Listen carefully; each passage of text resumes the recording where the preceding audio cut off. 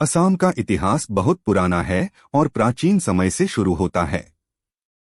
इस इतिहास का बेस तांत्रिक literature, Buddhist literature, Assamese folklore और वैदिक लिटरेचर है। हालांकि असम के राज्य का पहला जिक्र महाभारत जैसे एपिक्स और रिलीजियस लेजेंड्स में मिलता है। इन ग्रंथों के मुताबिक असम का पहला रेन शुरू हुआ था प्रगज्योतिषा में दानव डायनेस्टी से, जिसे महिरंगा दानव ने स्थापित किया था।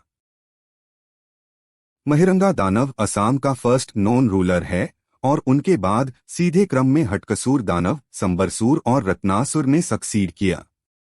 उनके बाद केराटास, जो कि तब के हिमालय और नॉर्थ ईस्ट इंडियन सब कॉन्टिनेंट के लोग थे, उनके चीफ घटाकासुर ने रूल किया, जिनको नरकासुर ने मार के भौमा डायनेस्टी का शुरुआत किया। दानव डायनेस्टी के बाद भौमा डायनेस्टी दूसरा फेमस डायनेस्टी है। जैसे कि मैंने पहले मेंशन किया था, इस डायनेस्टी की स्थापना नाराका, जिनको बाद में नरकासुर के नाम से बुलाया गया, उन्होंने किया था। नरकासुर की जानकारी कलिका पुराण, योगिनी तंत्र और स्थानीय किस्सों में मिलता है, और ये किस्से असम की इतिहास में महत्वपूर्ण है, विशेष रूप से कामरूपा के लिए, क्योंकि नरकासुर को ऐतिहासिक समय में कामरूपा के 3 डायनास्टीज के पूर्व पुरुष यानी एंसेस्टर के रूप में दर्शाया गया है। पौराणिक कथाओं के अनुसार नाराका का जन्म विष्णु और पृथ्वी देवी की संतान के रूप में हुआ था और उनका पालन विदेहा के राजा जनक ने किया था। जब वह बड़े हुए, वह प्रागज्योतिषपुर, जो कि अब गुवाहाटी है, गए और वहां पहुंचकर घटकासुर को मारकर उन्होंने राज्य पर कब्जा कर लिया। उन्होंने प्रागज्योतिषपुर में ब्राह्मणों को लाया और उन्हें वहां बसा दिया ताकि वे उनके लिए यज्ञ कर सकें, और फिर उन्होंने प्रागज्योतिषपुर को अपनी राजधानी बना लिया। वे विष्णु के भक्त थे और कहा जाता है उन्होंने अपने राज्य में देवी की पूजा करना शुरू किया था। भगवान विष्णु ने ही उन्हें देवी कामाख्या की पूजा करना सिखाया था।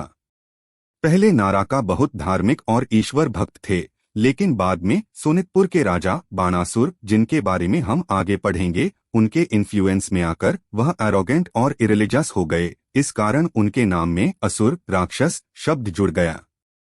धीरे धीरे उन्होंने विष्णु की पूजा भी करनी छोड़ दी और वैदिक रिचुअल्स फॉलो करने वाले लोगों पर अत्याचार करना शुरू किया, यहाँ तक कि उन्होंने देवी कामाख्या से शादी करने की प्रार्थना की।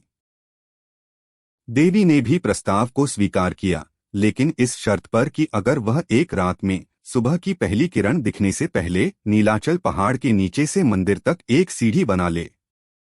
नरकासुर ने यह काम को एक चुनौती की तरह लिया और अपनी शक्ति से वह काम को करीबन सुबह के समय तक पूरा करने वाले थे। जब कामाख्या देवी को यह खबर मिली तो वह घबरा गई और जल्दी से एक मुर्गे को दबाकर जबरदस्ती आवाज निकाली ताकि नरक को लगे कि सुबह हो गई है। नरकासुर को इस चाल का पता चल गया और इसलिए वह काम को आधा छोड़कर चला गया। ये अधूरी सीढ़ी गुवाहाटी में मिखिलाउझा पथ से जाना जाता है। नरकासुर की मृत्यु द्वारका के राजा श्री कृष्ण और उनकी पत्नी सत्यभामा के हाथों हुई। उनके बाद उनके बेटे भगादत्त और फिर वज्रादत्ता ने राजगद्दी संभाली।